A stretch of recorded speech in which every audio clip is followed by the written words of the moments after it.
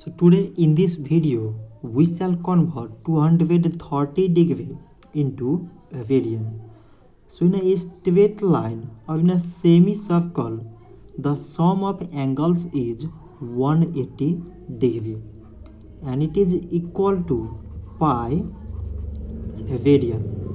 So 1 degree is equal to pi by 180 radian. So in the same way 230 degree is equal to 230 into pi by 180 radian. So 0 cancel.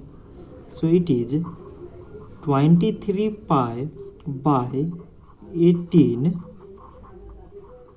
radian. So 230 degree is equal to 23 pi by 18 radian. So this much for today and thanks for watching.